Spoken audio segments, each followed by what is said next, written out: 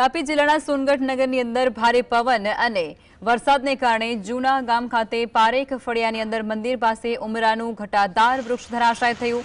આ વૃક્ષ વીજપોલ અને ટ્રાન્સફોર્મર પર પડતાની સાથે વીજ પુરવઠો ખોરવાયો અને વીજપોલને નુકસાન સર્જાયું। સદનસીબે આ ઘટનાની અંદર કોઈ જાનહાનિ નહોતી સર્જાઈ અને આ ઘટનાએ સ્થાનિક વહીવટી અને વીજ વિભાગની તૈયારીઓ પર સવાલો ઊભા કર્યા।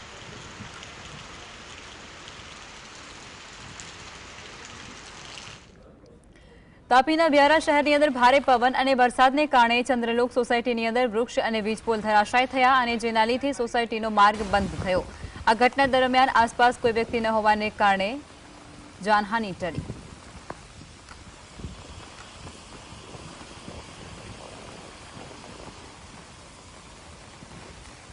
સુરતના દિલ્હીગેટ વિસ્તારની અંદર ગોપાલજીની હવેલી નજીક ભારે પવનને કારણે 200 વર્ષ જૂનું મહાકાય વૃક્ષ ધરાશાય થયું અને આ ઘટનાની અંદર એક રિક્ષા અને નજીક આવેલા મકાનને નુકસાન પહોંચ્યું છે, પરંતુ સદનસીબે જાનહાનિ ટળી હતી।